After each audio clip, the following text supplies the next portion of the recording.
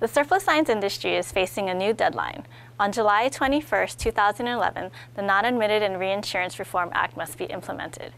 In this interview, Richard Brown shares what effects the NRRA will have on surplus lines brokers.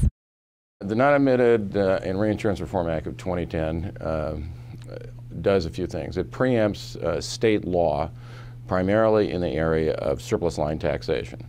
They created the concept of home state taxation or home state, and for each surplus line transaction there will only be a single state that regulates and taxes the transaction, imposes a premium tax on the transaction. That is in contrast to the present system where if there's an exposure in multiple states, each state where there's an exposure can both tax and regulate a portion of the transaction. Very expensive for surplus line brokers to comply with multi-state regulatory and surplus line tax filings.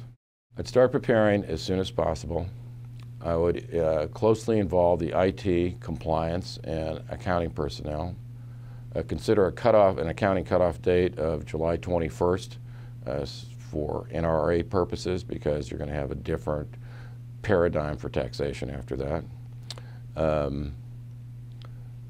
You want to create a system that maintains meticulous records about how the home state was determined for each placement.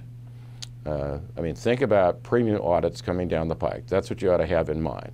You're going to have to show the auditors how you made these determinations. The same thing with tax allocations. Premium allocations. You want to keep meticulous records of the premium allocations, because those premium allocations are going to have to be folded into your tax allocation report, at the end of the year, and that is different than the way firms have been doing it. I mean, there'd be some similarities, but at least from talking to some of my clients, the headaches for the IT people can be pretty enormous to make that happen. For exempt commercial purchaser, make sure that you have forms prepared for that, ready to go by the 21st. You may use them, may not, but if you have a need for them and they're not ready, it's going to be a problem. And you have two steps for exempt commercial purchaser. There's a disclosure to the insurance buyer, and then separately you need some kind of affirmation, confirmation, instruction in writing from the buyer to use the non-admitted market. I wouldn't rely on telephone instructions, and email should probably do the job.